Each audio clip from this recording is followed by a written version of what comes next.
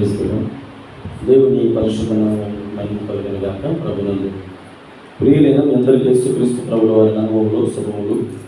అదే రీతిగా ఈ పరిశుద్ధ వారంలో ఈ రీతిగా ప్రవేశించడానికి సర్వశక్తి కలిగిన దేవుడు మనకు అనుగ్రహించినటువంటి చక్కటి ఆధిక్యతను బట్టి దేవుని సేవకుడిగా సంతోషిస్తూ ఉన్నాను.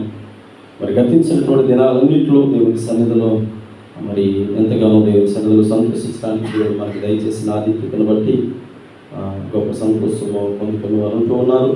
మరి ఈ హోలీ వీక్ ఈ దినం నుంచి నిన్నటి నుంచి ప్రారంభించబడింది. జనరల్గా మంగళవారం నుంచి పరిశుద్ధ వారం అంటాము. కానీ ఈ రాత్రి ప్రార్థన సమావేశాలు అనేవి సోమవారం నుంచి జరుగుతాయి కనుక జనరల్గా కొంతమంది ఫస్ట్ రోజు సోమవారం అని లెక్క పెట్టుకుంటాం. కనుక ఈ దినాన దేవుని సన్నిధిలో యేసుక్రీస్తు ప్రభువు వారు చేసినటువంటి అనేక కార్యాలలో ఆయన చివరి దినాలలో శిలువ మరణానికి అతి సమీపించినటువంటి దినాలు ఏవైతే ఉన్నాయో వాటన్నిటిలో ప్రప్రథముగా ఒక్కొక్క దినానికి ఒక్కొక్క ప్రాధాన్యత ఉంది. ప్రతి సంవత్సరం ఈ కార్యక్రమాలు లేదా ఇక ప్రత్యేకత మనం జ్ఞాపకం చేసుకుంటూ ఉంటాము. చాలామందికి ఈ సోమవారం అనేటువంటి హోలీవీక్లో సోమవారం సంబంధించినటువంటి వాక్య పరిచయం చాలామందికి తెలుసు. ఈ దినం యొక్క ప్రత్యేకత ఈరోజు హోలీవీక్లో అంజూరపు చట్నీ చెప్పించినటువంటి సందర్భం గురించి సోమవారం మాట్లాడుకుంటాం. అయితే ఎందు నిమిత్తము అంజూరపు చెట్టు క్షమించారు అని చెప్పించారు? ఫలము లేదు కాబట్టి. ఓకే, అయితే ఈనాడు మనము జ్ఞాపకం చేసుకోవాల్సినటువంటి ఒక టైటిల్ మీకు ఇవ్వడం జరిగింది. మార్కు సువార్త 11వ అధ్యాయము 10వ వచనము అని మీకు ఇవ్వడం జరిగింది. 10 నుంచి దాదాపుగా మనం చదువుకుంటూ పోతే 14 లేదా 13 వచనాల వరకు సంఘటన సందర్భం. అంటే ఈ హోలీ వీక్ ప్రత్యేకించి ఎందుకు ఇలా డివైడ్ చేయడం జరిగిందని అంటే, యేసుక్రీస్తు ప్రభుల వారి చివరి దినాలలో ఒక్కొక్క దినానికి ఒక్కొక్క ప్రాధాన్యతను పరిచయం చేశారు. ఎలా పరిచయం చేశారంటే, ఈ 3.5 సంవత్సరాల పరిచర్యలో మొట్టమొదటిగా శిష్యులతో ఆయన వ్యక్తిగత హృదయ వేదన అనేది పంచుకున్నారు. జనరల్గా ప్రతి కుటుంబానికి ఉండేటువంటి పరిస్థితులు ఏంటంటే, తండ్రికి ఉండేటువంటి ఆలోచన, మన ఊరి ప్రెసిడెంట్ గారిని వెళ్ళండి, ఆ తర్వాత మన సంఘ ప్రెసిడెంట్ గారిని వెళ్ళండి, ఆ తర్వాత మన లోకల్ ఎమ్మెల్యే గారిని వెళ్ళండి, నా ఆస్తి ఎక్కడెక్కడ ఉందో రాసి ఇచ్చేస్తాను, వాళ్ళకి అందరికీ చెబుతాను అని చివరి దినాలలో ఏ తండ్రి కూడా చెప్పడు. ఎవరికి చెప్తాడు? సొంత తన రక్తాన్ని పుట్టిన అంటే రక్తం పంచుకొని పుట్టినటువంటి బిడ్డలకి ఏమంటారంటే, నాన్న తమ్ముడు ఎక్కడున్నాడో పిలు, ఆ తర్వాత మిగిలిన వారు ఎక్కడున్నారు పిలు, ఆడపిల్లలు ఎక్కడున్నారు పిలు నువ్వు, ఎందుకంటే నాకు ఎందుకు కొంచెం నా మీద నాకు డౌట్గా ఉంది, ఏ రోజు ఎలా ఉంటుందో తెలియదు కనుక నేను సంస్థను మీకు పరిచయం చేస్తాను అని తన సొంత పిల్లలకి ఆయన పరిచయం చేస్తారు. మీరు అడగవచ్చు, అయ్యా మరి వాళ్ళ సొంత పిల్లలైతే మనం ఎవరు? వచ్చిందా ప్రశ్న? అసలు డౌట్ వచ్చిందా? వాళ్ళ సొంత పిల్లలైతే మనం ఎవరమి అనేటువంటి ఆలోచన జనరల్గా మనకు కూడా వచ్చి ఉండాలి. ఎందుకనంటే మనం కూడా దేవుని పిల్లలమని పిలవబడుతున్నాం కదా, మరి మేము ఆయన పిల్లలే కదా అనేటువంటి డౌట్ వచ్చి ఉండాలి. మరి వారికి ఎందుకు అంత అంటే సన్నిహితంగా చెప్పగలిగారు? 3.5 సంవత్సరాలలో యేసు ప్రభువారిని వెతుక్కొని వెళ్ళిన వారు కొంతమంది అయితే, 12 మంది శిష్యులు యేసు ప్రభువారిని వెతుక్కొని వెళ్ళింది ఎంతమంది? 12 మంది శిష్యులలో యేసు ప్రభువారిని వెతుక్కొని వెళ్ళిన వారు ఎంతమంది? యేసు ప్రభు వెతికిన వారు ఎంతమంది? యోధ వెతుక్కొని వెళ్ళారు. మిగిలిన వారందరినీ యేసు ప్రభువారు పిలిచారు. ఆ తర్వాత యోహాను దగ్గర ఉన్నటువంటి శిష్యులు ఇద్దరు వచ్చి అన్నారు, అయ్యా మేము వెళ్ళొచ్చు ఆయన తోటనంటే, సరే వెళ్ళండి అంటే అప్పగింతలు అంటారు కదా. ఇలా యేసు ప్రభువారి దగ్గర ఉండేటువంటి శిష్య బృందానికి ఒక్కొక్కరికి ఒక్కొక్క రకమైనటువంటి పరిచయాలు ఉన్నాయి. గత కొద్ది దినాలుగా ఈ 2 దినాలలో మనము యోధా గురించి ఆయా సందర్భాల్లో మాట్లాడుకుంటూ ఉన్నాం. అనంతటి దాన్ని ఏదో స్వార్థపూరితమైనటువంటి ఆలోచన విధానాన్ని యేసు ప్రభువారి దగ్గరికి వెళ్ళాడు. గత రాత్రి గత సమయం కూడా పరిచయం చేసినట్టు గుర్తు. అంటే యేసు ప్రభువారిని వెతుక్కొని వెళ్ళిన వారి పరిస్థితి ఎలా ఉంది, యేసు ప్రభువు వెతికిన వారి పరిస్థితి ఎలా ఉంది అంటే, యేసు ప్రభువారిని వెతుక్కొని వెళ్ళినటువంటి యోధ విసిగిపోయాడు. ఎందుకని? తను అనుకున్నది జరగలేదు. తను అనుకున్నది నిన్న మంటలాదివారం రోజు నేను సండే మరి మీకు పరిచయం చేశాను. తనకి కంప్లీట్గా అర్థమైపోయింది. ఏమర్థమైపోయింది? ఇంకా మన పని అయిపోయినట్టే, మనం కోరుకున్నటువంటి కోరిక నెరవేరలేదు. ఈరోజు చాలామంది విశ్వాసాలు అంటే విశ్వాసాలు అనే కంటే దేవుని నమ్ముకున్న వారిలో చాలామంది ఆలోచన ఏంటంటే, దేవుని మందిరానికి వస్తారు, ఒక వారం 10 రోజులు సంవత్సరం 2 సంవత్సరాలు వచ్చిన తర్వాత ఎవరికి? దేవునికి బాగా చెప్తారు. ఎందుకో తెలుసా? అచ్చే మనకి సెట్ అవుతుంది, ఆ మందిరానికి మనకి సెట్ అవ్వదు, ఆ ప్రార్థనకి మనకి సెట్ అవ్వదు, ఆ గంటల తరబడి కూర్చొని వాయించేస్తారండి. అసలు మనకి మన ఫ్రీడమ్ లైఫ్ వేరండి. కాబట్టి అదంతా మనకు కుదరని పని. కాబట్టి ఇలా కూర్చోబెట్టి ఇలా చెప్పాలి, ఇలా పాటించాలంటే మన జీవితంలో అలా చేయలేం కనుక వాక్యానుసారంగా లేదా బైబిల్లో ఉన్న ప్రకారంగా నడవాలంటే ఎవరండి ఈ రోజుల్లో నడుస్తారు? పైగా మనం ఉండే టెక్నాలజీ కాలం ఎలాంటిది, డెవలప్ అయినటువంటి కాలంలో ఉంటూ ఉన్నాం. ఇంకా అలాగే మనము పురాతనమైనటువంటి వారిలాగా అలా ఉండాలంటే సెట్ అవ్వదు కదా.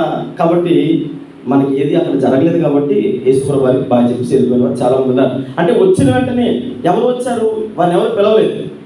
కోరి వచ్చిన వారు, అంటే మీరు అడగవచ్చు, కోరి వచ్చిన వారు అందరూ అలాగే ఉంటారంటే యేసుప్రభు వారు చెప్పింది ఏంటంటే, మీ మధ్యలో జరిగిన కార్యాలు అక్కడ జరుగుంటే అయ్యో కొరజీనా, అయ్యో బెత్సైదా, మీ మధ్యలో జరిగినటువంటి కార్యాలు ఇదివరకు అక్కడ జరుగుంటే వారి పాటికి ఏం చేస్తుండేవారు? మారు మనసు మంది పాపక్షమాపణ నిమిత్తం బాప్తిసం పొందేవారు. కానీ ఇన్ని సంవత్సరాలుగా మీలో ఏమి కనబడట్లేదంటే ఫలభరితమైనటువంటి జీవితము కనబడట్లేదు కనుక, అంటే మీరు చూడండి, యేసుక్రీస్తు ప్రభువుల వారు ఉన్న పాటని అలా వచ్చి శిష్యులకి ఇండైరెక్ట్ గాను డైరెక్ట్ గాను అలా వచ్చి ఆ చెట్టుని శపించలేదు.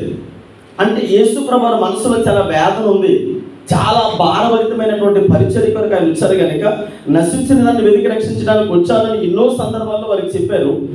అంత మాత్రమే కాదు, నిన్న మట్లాది వారి సందర్భంగా యెరూషలేము జయప్రవేశంలో ఆయన ఏమన్నారంటే, నా రాజ్యము వేరు, మీరు ఆశించినటువంటి రాజ్యము వేరు. నా రాజ్యము ఇహలోక సంబంధమైనది కాదు, నేను పరసంబంధమైనటువంటి రాజుగా ఉండాలనుకుంటూ ఉన్నాను. ఆ సింహాసనము, ఆ సమూహము, ఆ రాజు యొక్క ప్రత్యేకత వేరు.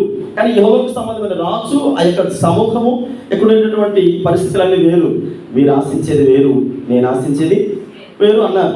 అయితే ఇప్పుడు వారితో మాట్లాడినటువంటి సందర్భం, నిన్నటి గల సమయంలో పొద్దు గురుక్కిన తర్వాత సాయంత్రం అయిపోయింది. సాయంత్రం అయిపోయిన తర్వాత యేసు ప్రభు వారు ఎక్కడికి వస్తూ ఉన్నారు? బేతనీ ప్రాంతానికి వచ్చేసారు. బేతనీ ప్రాంతానికి వచ్చినప్పుడు అక్కడ ఒక ఫ్యామిలీ ఉంది. శనివారం రాత్రి, అంటే శనివారం ఉదయం వరకు ఒక భయకంపితమైన వాతావరణం ఆ కుటుంబంలో కొనసాగింది. సాయంత్రం వరకు, శనివారం సాయంత్రం వరకు ఎంత భయంకరమైన వాతావరణం కొనసాగింది అంటే, ఒక్కగానొక్క తమ్ముడు ఇద్దరు అక్కల మధ్య ఎంతో అల్లారుగా పెరుగుతూ ఉన్నాడు. ప్రేమ అన్యోన్యతల మధ్య ఉంటూ ఉన్నారు. సడన్గా జబ్బు చేసి చనిపోయాడు. చనిపోయిన తర్వాత ఈ వార్త యేసుప్రభు వారి దగ్గరికి చేరింది.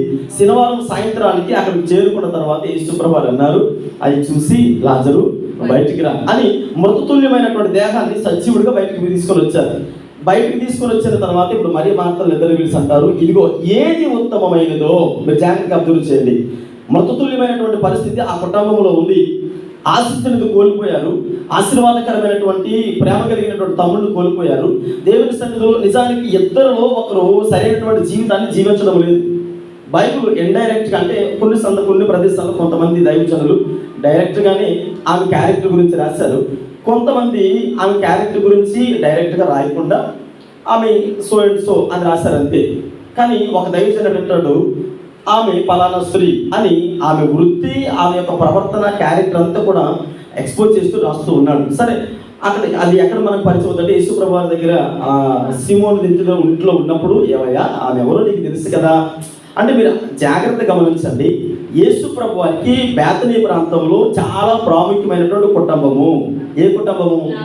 మరియా, మార్త, లాజరు కుటుంబం. ఆ కుటుంబంలో ఒక వ్యక్తి యొక్క క్యారెక్టర్ గురించి ఇంకొక ఆయన ఎంత బ్యాడ్గా పరిచయం చేస్తున్నాడంటే, ఏమయ్యా ఆమె వచ్చి నిన్ను ముట్టుకుంటుంది కదా అంటే, సీమోని ఇంటిలోకి వచ్చినప్పుడు అతను ఆ స్త్రీ యొక్క క్యారెక్టర్ గురించి డిసైడ్ చేస్తూ ఉన్నారు. మరి అనేక సందర్భాలలో యేసుప్రభు వారు ఆ ఇంటికి వెళ్ళారు కదా, అంటే యేసుప్రభు వారి గురించి ఏ విధంగా ఆలోచించి ఉంటారు? వీళ్ళు చాలా తప్పుగా ఆలోచించి ఉంటారు కదా, అనేక రీతిగా మాట్లాడుకుని ఉంటారు కదా. అయితే ఇవన్నీ పక్కన పెడితే, ఇప్పుడు లాజరు అంటే యేసుప్రభు వారికి ఆ ఇంటి మీద ఉన్నటువంటి అంత మమకారం ఏంటి, అంత ప్రేమ ఏంటి అంటే, కొంతమంది చరిత్రలో ఉండేటువంటి కొంతమంది ఉంటారు కదా, ఏదైనా అవకాశం దొరికితే బురద జల్లాలి అని చూసేవారు చాలామంది. ఏమంటారంటే, యేసుప్రభు వారు ఆ కుటుంబంలో ఒక స్త్రీని వివాహం చేసుకున్నారు, ఆయనకి పిల్లలు ఉన్నారని కొంతమంది తప్పుడు రాతలు రాసి ఇలా బురద జల్లాలని చూస్తారు. కానీ అది అవాస్తవము. ప్రపంచంలో యేసుప్రభు వారు ఆయన పరిశుద్ధుడని ప్రపంచమే కోడి కూస్తూ ఉంది. అలాంటి వాస్తవాలు ఎక్కడ కూడా లేవు. ఒకవేళ మీకు ఎక్కడైనా తారసపడి ఎవరైనా ఇలాంటి కారుకోతలు కూస్తే నిరభ్యంతరంగా యేసుప్రభు వారి గురించి మనం మాట్లాడడానికి చరిత్ర ఆధారాలు ఉన్నాయి. హల్లెలూయా. అయితే ఇప్పుడు ఈ స్త్రీ కొద్దిపాటి ఇబ్బందికరమైన వాతావరణంలో ఉంది. ఇప్పుడు అక్కడికి వచ్చినటువంటి పరిస్థితి చూస్తే యేసుప్రభు వారి తమ్ముడిని బ్రతికించి వారికి అప్పగించారు. అప్పగించిన తర్వాత దుఃఖం అంతా పోయింది, సంతోషం ఆ కుటుంబంలో అలుగుకుంది. సంతోషంతో అలా గడుపుతున్న సందర్భంలో యేసుప్రభు వారు మళ్ళీ ఎక్కడికి బయలుదేరి వెళ్ళారు? ఆదివారం ఉదయం నాడు యెరూషలేము జయప్రవేశానికి వెళ్ళారు. ఆదివారం ఉదయం యెరూషలేము జయప్రవేశానికి వెళ్ళి అక్కడ సాయంత్రం వరకు ఉండి మరలా ఆదివారం సాయంత్రం తిరిగి బేతనీ ప్రాంతానికి వస్తున్నటువంటి ప్రయాణంలో, ఆ తిరుగు ప్రయాణంలో ఆయన ఎలా ఉన్నాడట? ఎలా ఉన్నారు? ఆకలి కొనెను. ఇప్పుడు చూడండి, ఆ రోజంతా కూడా యెరూషలేము జయప్రవేశంలో యేసుప్రభు వారు ఉన్నారు. యెరూషలేములో ఏమీ తినలేదంటారా? యేసుప్రభు వారికి అక్కడ ఆకలి ఏమి తీరలేదంటారా? సరే, శారీరకంగా మనం పక్కన పెడదాం, కొద్దిసేపు భౌతికంగా పక్కన పెడదాం, ఆధ్యాత్మిక స్థితిలోకి వెళదాం. శిలువ మీద ఉండేటువంటి యేసుప్రభు వారు, అయ్యా నేను దప్పికొన్నాను అన్నారు కదా. మనం మాట్లాడేటప్పుడు ఆ దప్పికని ఎలా వర్ణిస్తాం? ఆత్మల దాహంగా వర్ణిస్తాం. ఇప్పుడు యెరూషలేము జయప్రవేశంలోకి వెళ్ళిన తర్వాత ఆయనకు కొన్ని రకాల దాహాలు వేస్తాయి. నేను మీతో పంచుకున్న విషయం ఏంటంటే, యెరూషలేములో అడుగుపెట్టిన వెంటనే ఆయన కండ్లంట ఏడుపు వచ్చింది, హృదయము పగిలేంత దుఃఖంతో ఉన్నాడు. ఏడ్చాడు యెరూషలేము చూసి, అయ్యో నేను ప్రేమించే యెరూషలేము వేశ్యాయనే, ఏడుస్తూ ఉన్నాడు. రెండవది, యెరూషలేము మందిరం అంతా కూడా ఎలా అయిపోయింది? దొంగలకు వ్యాపారంగా మారిపోయింది. అక్కడ కూడా ఆయన మనసు కంప్లీట్ అంటే పరిపూర్ణంగా లేదు. అక్కడికి వచ్చిన తర్వాత కూడా ఏడ్చాడు. అంటే అసంపూర్ణంతో ఉన్నాడు. ఒకటి, యెరూషలేము పాపంతో నింపబడింది, రెండవది దుర్వ్యాపారంతో నింపబడింది. అక్కడ వెళ్ళిన తర్వాత చూశారు, అంటే ఇంకొద్ది ముందుకు వెళ్ళిన తర్వాత వాళ్ళందరూ ఇలా అడ్డంగా వచ్చి అంటారు, ఏయ్ ఆపండి అన్నారు. అంతే. ఏమైందియా? ఆపండి, ఇలా మీరు దేవునికి స్తోత్రము హల్లెలూయా చెప్పొద్దు అని అంటే, ఎందుకు చెప్పొద్దు? ఆయన ఈ లోకానికి వచ్చాడు కదా, వస్తున్న చేయమంటే మీకు వచ్చిన ఇబ్బంది ఏంటంటే, అవి అలా కుదరదు అంటే ఇలా మాట్లాడుతూ ఉన్నారు. ఈ లోక చంటి పిల్లలు నడుస్తూ ఉంటే, రే బాబు నువ్వు మీరు ఆగండి అయ్యా, ఆ పిల్లలు ఆత్మని చెప్పు అంటే యేసుప్రభు ఒక మాట అన్నారు. ఏమన్నారు? వీళ్ళు నోరు మూస్తే, వీళ్ళు ఆపితే ఆ రాళ్ళు. అంటే మూడు సందర్భాలు. ఒకటి, యెరూషలేము పాపంతో నింపబడింది, రెండవది దుర్వ్యాపారంతో నింపబడింది, మూడవది దేవుని పట్ల సరైనటువంటి భక్తి జీవితం వారిలో లేదు. ఎలా ఉందనంటే దేవుని మీద తిరుగుబాటు చేసే జనాంగముగా ఉన్నారు. అందుకనే ఒక దైవజనుడు ఇలా రాస్తూ ఉన్నాడు, దేవుడు తన స్వకీయుల దగ్గరికి వచ్చినప్పుడు ఆ స్వకీయులు ఆయనను తృణీకరించారు కనుక ఆయన అన్యజనుల దగ్గరికి వెళ్ళాను అని రాయబడి ఉంది. హల్లెలూయా. అంటే స్వకీయులు ఆయన అర్థం చేసుకోలేకపోయారు. ఈ 40 దినాల వాక్య పరిచర్యలో మనం నేర్చుకుంటున్న అనుదినము నేర్చుకునేటువంటి అంశాల యొక్క ప్రాముఖ్యత లేదా మనం నేర్చుకుంటున్నటువంటి ఆ యొక్క ఇంపార్టెన్స్ ఏంటంటే, ఎవరినైతే కోరుకొని ఆయన వచ్చాడో వాళ్ళందరూ కూడా యేసుప్రభుని రిజెక్ట్ చేశారు. మాకు మీరు అవసరము లేదు. ఈ మూడు సందర్భాలు యేసుప్రభువులో అసంపూర్తితో ఉన్నారు ఆయన. ఇప్పుడు యెరూషలేము నుంచి తిరిగి బేతనీ ప్రాంతానికి తిరిగి ప్రయాణంలో ఉన్నారు. ఇప్పుడు ఆయన పరిపూర్ణంగా ఉన్నారా, అసంపూర్తితో ఉన్నారా? అసంపూర్తిగా ఉన్నారు. వస్తున్నటువంటి ప్రయాణంలో బేతనీకి యెరూషలేము ప్రాంతానికి మధ్యలో దాదాపుగా 3 మైళ్ళ దూరం అని చరిత్రకారులు తెలియజేస్తూ ఉన్నారు. ఈ 3 మైళ్ళ దూరంలో వస్తూ ఆయన శిష్యులు చూసి అంటారు, నాకు ఆకలి అవుతుంది అని చూసి ఒక్కసారిగా ఆ చెట్టు వైపు చూశారు. ఏ చెట్టు అది? అంజూరపు చెట్టు. దేనికి సాదృశ్యము అంటే అంజూరు పండ్లు అంటాం కదా. పోనీ ద్రాక్ష చెట్టు దేనికి సాదృశ్యము? సరే, మీకు అర్థం అవ్వలేదు, నాకు అర్థం అవుతుంది. యెషయా గ్రంథం 5వ అధ్యాయం చూడండి. యెషయా గ్రంథం 5వ అధ్యాయం. యెషయా గ్రంథం ఒకసారి చదువుకుందాం. 5వ అధ్యాయము.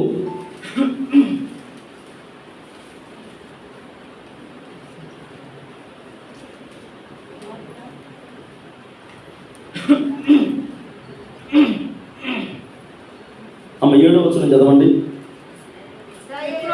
ఇశ్రాయేలు వంశము సైన్యములకు అధిపతియగు యెహోవా ద్రాక్ష తోట, యోధ మనుషులు ఆయనకి ఇష్టమైన వనము. చాలండి. ద్రాక్ష చెట్టు ఒకటి, అంజూరపు చెట్టు ఒకటి, ద్రాక్ష చెట్టు రెండవది అంజూరపు చెట్టు. ఇక్కడ దేనికి సాదృశ్యంగా ఉన్నాయి అని అంటే, ఇశ్రాయేలీలకి యోధా జనాంగములకు సాదృశ్యంగా ఉన్నట్లుగా మనకి అర్థమవుతూ ఉంది. అంటే ఇప్పుడు అంజూరపు చెట్టు ఎవరో కాదు, నీవు నేనే. ఇప్పుడు మనం అంజూరపు చెట్లుగా ఉన్నప్పుడు ఆయన ఆల్రెడీ ఎలా ఉన్నారు? అక్కడ యెరూషలేము నుండి తిరుగు ప్రయాణంలో ఎలా ఉన్నారు? అసంపూర్తితో ఉన్నారు. సంతృప్తికరమైన జీవితం లేదు, సాటిస్ఫాక్షన్ లేదు, కొద్దిపాటి మనస్తాపాలకు గురయ్యారు. అయ్యో 3.5 సంవత్సరాల పరిచర్య ఏమాయను? ఎన్ని సంవత్సరాలు ఆయన వాక్య పరిచర్య కావచ్చు, లేదా వాక్య బోధన విధానం కావచ్చు, మనుషుడు రక్షింపబడేటువంటి విధానం కావచ్చు, అనేక సందర్భాల్లో బోధించినటువంటి యేసుప్రభు వారికి అసంపూర్తితో ఉన్నారు. పరిపూర్ణంగా లేరు, వచ్చారు. ఇప్పుడు ఆ చెట్టును చూడగానే, అంజూరపు చెట్టు విశ్వాసం సాదృశ్యం కనుక, ఇశ్రాయేలు జనాంగములకు సాదృశ్యం కనుక ఆ చెట్టును చూసిన వెంటనే అనుకున్నారు ఇది ఇంకా ఫలింపు లేనటువంటి చెట్టు. అది బైబిల్ గ్రంథంలో ఆ వ్యక్తి ఎంత స్పష్టంగా రాస్తున్నారంటే, అది ఫలాలు కాసేటువంటి కాలము కూడా కాదు. ఇప్పుడు ఈ సీజన్లో ఎక్కువ మనకి ఏం కనపడతాయి? ఏ కాయలు కనపడతాయి? మామిడికాయలు, జీడికాయలు కనపడతాయి, జీడిపిక్కలు అవన్నీ కనపడతాయి. మనము ఈ సీజన్ అయిపోయిన తర్వాత మంచిగా వర్షం పడుతున్నప్పుడు, వర్షాకాలం ఒకటి వస్తుంది కదా, చలికాలం, ఏవో కాలాలు ఉంటాయి, 3 కాలాలు ఉన్నాయి కదా, ఆ కాలంలో మామిడి చెట్టు దగ్గరికి వెళ్ళి నాకు మామిడికాయలు కావాలి అని వెళ్ళి అడిగామనుకోండి, లేదా జీడి చెట్టు దగ్గరికి వెళ్ళి నాకు జీడిపిక్కలు కావాలన్నాం అనుకోండి, అది ఇస్తుందా ఫలాలు? అంటే అది సీజన్ కాదు. సీజన్ కానీ కాలంలో అక్కడికి వెళ్ళి మనం అడిగే ఫలాలు ఇవి కూడా రావు. అయితే యేసు ప్రభు వారు అంటూ ఉన్నారు, అక్కడికి వెళ్ళి ఆకలి అవుతుంది అని చెప్పారు. వీళ్ళందరికీ ఒక డౌట్ వచ్చింది, ఏంటి అసలు ఏంటి గంట టైంలో వచ్చి అంటాడు ఆకలి అవుతుంది అంటాడు, ఫలాలు కావాలంటాడు. ఇప్పుడు మనం ఎక్కడ తేగలం? మన మనసులు అనుకునే బయటకు ఎవరు కూడా అనలేదు. జాగ్రత్త గమనించండి, ఈ 3.5 సంవత్సరాల పరిచర్యలో ఆయన బోధించినటువంటి బోధన విధానము ఫలభరితము కనబడకపోవడం అనేది కొద్దిపాటి మనస్తాపానికి గురయ్యారు. మనస్తాపానికి గురైన తర్వాత ఇప్పుడు మరలా ఈ వెళ్ళిపోయిన తర్వాత మీకు చూడండి, యేసు ప్రభు చెట్టుని శపించడానికి గల కారణము ఇది పనికిరాదు అని వదిలేస్తారు. శిష్యులు చనిపోయారు. ఏంటి చెట్టు చనిపోయింది? ఎంత భయంకర అంటే ఎంత కోపం ఉంటుందా? అందుకనే కీర్తనకారుడు అంటాడు, ఆయన కోపం నిమిషం మాత్రము ఉండును అని రాయబడింది. ఆ నిమిషంలోనే మనము దొరికితే ఎందుకు బేతనీ ప్రయాణము అంటే బేతనీ ప్రయాణం అనేటువంటి ఒక అంశాన్ని మనం జ్ఞాపకం చేసుకుంటూ ఉన్నాం. బేతనీకి వెళ్ళుట అనేటువంటి అంశాన్ని జ్ఞాపకం చేసుకుంటూ ఎందుకు వెళ్ళవలసి వచ్చింది? ఆ కుటుంబంలో సరైనటువంటి పరిస్థితులు లేవు, సరైనటువంటి భక్తి జీవితం లేదు. నిజానికి ప్రజలందరి దృష్టిలో ఆ కుటుంబము కొద్దిపాటి అవమానకరమైన స్థితిలో ఉంది. అనేకులు ఆ కుటుంబాన్ని బయటికి చెప్పలేకపోతున్నారని ఒక సీమోన్ ఒక్కడే బయటపడ్డాడు, కానీ మిగిలిన వారందరూ కూడా ఇన్నరగా ఫీల్ అవుతూ ఉన్నారు. ఎందుకు ఇన్నరగా ఫీల్ అవుతున్నారంటే, యేసు ప్రభువు 10 సార్లు అక్కడికి వెళ్ళడం వీరికి ఇష్టం లేదు. ఎందుకు ఇష్టం లేదు? ఈరోజు దేవుణ్ణి ఆశ్రయించినటువంటి మీ జీవితాల్లో బయట ప్రపంచానికి మీ భక్తి జీవితం వేరు, బయట ప్రపంచానికి మీ నడవడికి వేరు, మీ ప్రవర్తన వేరు. మిమ్మల్ని ఏమనుకుంటారంటే, బయటికి చూసినప్పుడు అప్పుడు ఎక్కడ లేని భక్తులు, ఎక్కడ లేనటువంటి ఆ ప్రార్థన జీవితం వీళ్ళ దగ్గరే ఉన్నది, మీరు ఇంకా ప్రపంచంలో ఇలాంటి భక్తులు ఎక్కడ కూడా ఉండడు. అంటే వారి దృష్టిలో మీరు ఎలా ఉంటారని అంటే చాలా చులకని స్వభావంతో ఉంటారు. కానీ దేవుడు మెచ్చేటువంటి విధానము వేరు. నీ కుటుంబాన్ని దేవుడు ఎన్నుకున్నటువంటి విధానం వేరు. ప్రపంచంలో ఎంతమంది ఉన్నా నిన్ను మాత్రమే దేవుడు ఎందుకు తన మందిరంలో వాడుకుంటూ ఉన్నాడు, ఎందుకు నిన్ను మాత్రమే పిలుచుకున్నాడు అంటే నీ పట్ల ఆయనకు ఉండేటువంటి ఆసక్తి వేరు. అందుకనే ఈ కుటుంబానికి పట్ల దేవుడు ఉన్నటువంటి ప్రణాళికలు ఏంటంటే, ముందు రోజు బ్రతికించాడు, మృతతుల్యమైనటువంటి వ్యక్తిని బ్రతికించి అప్పగించాడు. అంటే చాలా సందర్భాలు మీరు గమనించారు, మా కుటుంబంలో ఒకరి మందిరానికి వస్తాం, ఒకరు మందిరానికి వస్తే ఇంకొకరు కొద్దిపాటి లోకంతో అంటి పెట్టుకొని ఉంటారు. బయటికి మందిరానికి వచ్చిన లోకంతో ముడిపడినటువంటి జీవితాన్ని కలిగి ఉంటారు. లోకంతో ఎప్పుడైతే ముడిపడినటువంటి జీవితాన్ని కలిగి ఉంటారో, ఈ మందిరానికి వచ్చినటువంటి వ్యక్తి ఇదివరకు నేను గతించిన వారంలో మీకు తెలియజేస్తాను, మీలో ఉండేటువంటి జీవము ఎవరిలో ప్రవేశించాలి? ఇతర అంటే నీ కుటుంబంలో ఉండే వ్యక్తులకు ప్రవేశించాలి. నీలోనే జీవం లేకపోతే వారిలోనికి ప్రవేశించలేదు. అందుకనే ఇప్పుడు యేసుక్రీస్తు ప్రభుల వారు లాజరును బతికించినటువంటి ఉద్దేశం కానీ, అక్కడ మరియ మార్తలతో సంభాషణ విషయం కానీ, అక్కడ ఒక ఆమె చెట్టది, ఏమయ్యా నేను చాలా ఇబ్బంది పడుతున్నాను కదా, నలిగిపోతున్నాను కదా, ఎంత శ్రమ పడుతున్నాను కదా, అదంతా మీకోసమే కదా, కాబట్టి నా సహోదరికి నువ్వు చెప్పొచ్చు కదా, వచ్చి సహాయం చేయమని అని అంటే, యేసు ప్రభు వారు, అమ్మ కొంచెం నువ్వు వెళ్ళి కొంచెం తాలింపు పెట్టేసి వచ్చేవచ్చు కదా, ఆ ఉల్లిపాయలైనా కట్ చేయొచ్చు కదా, కొద్దిగా వెళ్ళి సహాయం చేయొచ్చు కదా అని చెప్పారా? ఏం చెప్పారు ఆయన? మరియ ఉత్తమమైన దాన్ని, అంటే ఈమె ఉత్తమమైనది ఎందుకుంది అని అంటే అర్థం ఏంటి? ఆమె జీవితంలో ఏది ఉత్తమమైనదో అది పోగొట్టుకుంటుందని అర్థము. ఈనాడు మన జీవితాలలో అంజూరపు చెట్టు శపించబడడానికి కారణము ఏంటంటే, నీవు ఉత్తమమైన దాన్ని ఎన్నుకున్నావా, ఉత్తుత్త దాన్ని ఎన్నుకున్నావా అనేది ఖచ్చితంగా తెలుసుకోవాలి. మన భక్తి ఇన్ని సంవత్సరాల భక్తి ఏదో నార్మల్గా ఉత్తుత్తిగా వెళ్ళిపోతే చాలా మంది అంటారు కదా, ఎందుకు అలా చెప్పావు అంటే అంటారు. అరే ఎందుకలా అలా తప్పు కదా, అలా భ్రమపెట్టకూడదు కదా అని అంటే, ఏదో చెప్పేస్తానులే, అప్పుడు అలా వచ్చి చెప్పేస్తానులే. అంటే మన చేతుల్లో లేకపోయినా, మన వల్ల కాకపోయినా, మనం చెయ్యడం అది రాకపోయినా మనం ఏమంటారు తెలుసా?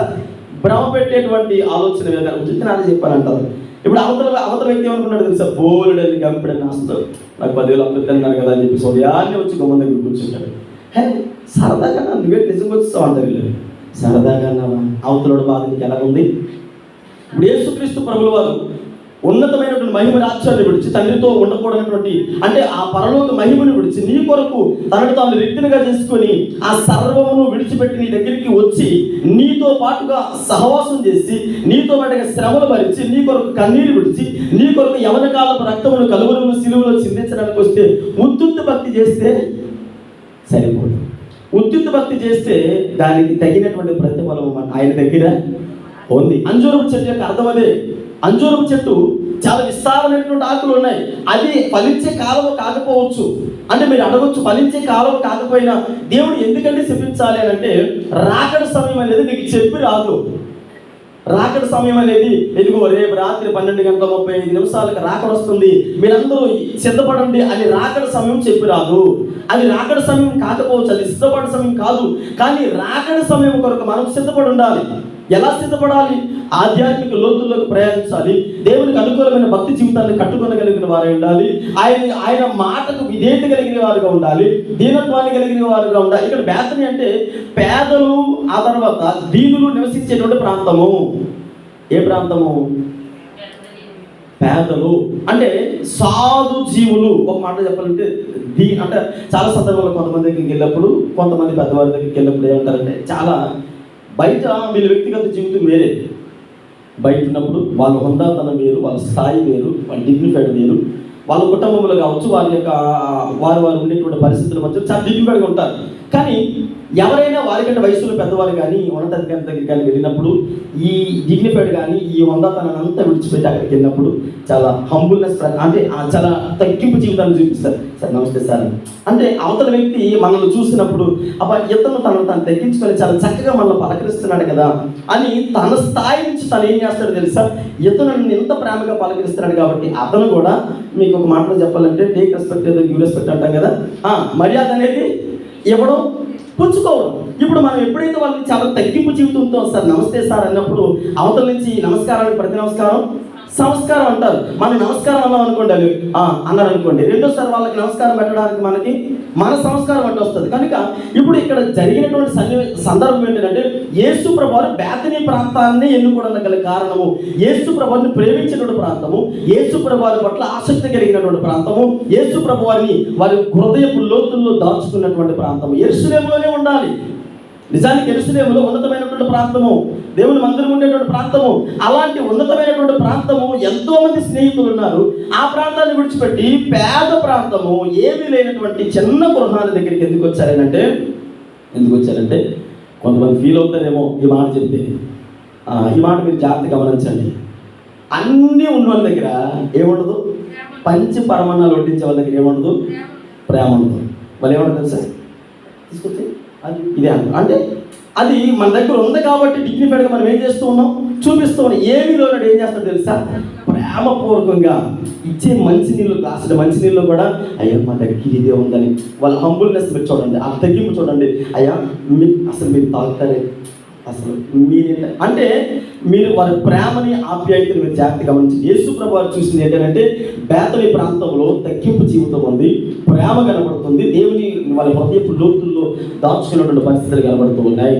నిజమే, ఒక విధంగా ఆమె పైన కొద్దిపాటి అలిగేషన్స్ ఉన్నాయి, కొద్దిపాటి ఆ భయంకరమైన వాతావరణం ఉన్నాయి. వాటన్నిటిని కూడా రూపుమాపడానికి యేసుక్రీస్తు ప్రభువారు ఆ ప్రాంతానికి వచ్చారు. ఈ మొదటి దినాన్ని ఆ కుటుంబాన్ని లేదా ఆ ప్రాంతాన్ని ఎన్నుకోవడానికి గల కారణం ఏంటంటే, శిష్యులకి అర్థం అవ్వాలి. ఏం అర్థం అవ్వాలి?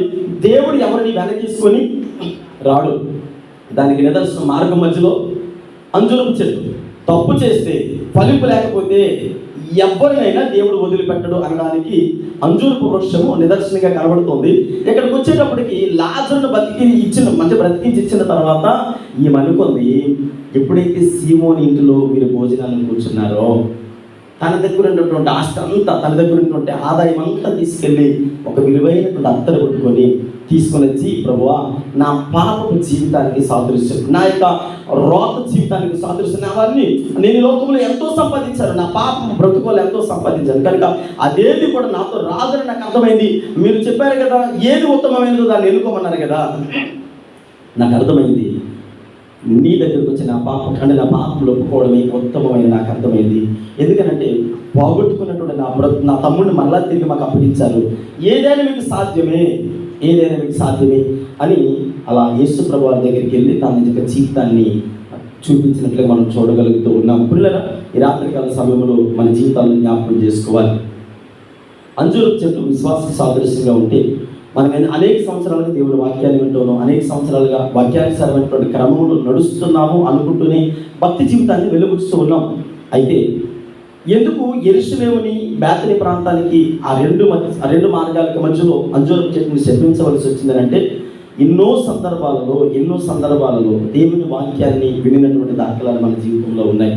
ఈనాటికి మార్పు చెందకపోతే అంజూరపు చెట్టుని శపించినటువంటి దేవుడు మనల్ని ఆశీర్వదిస్తాడు అని మాత్రం అపోహలు మీరు ఉండదు.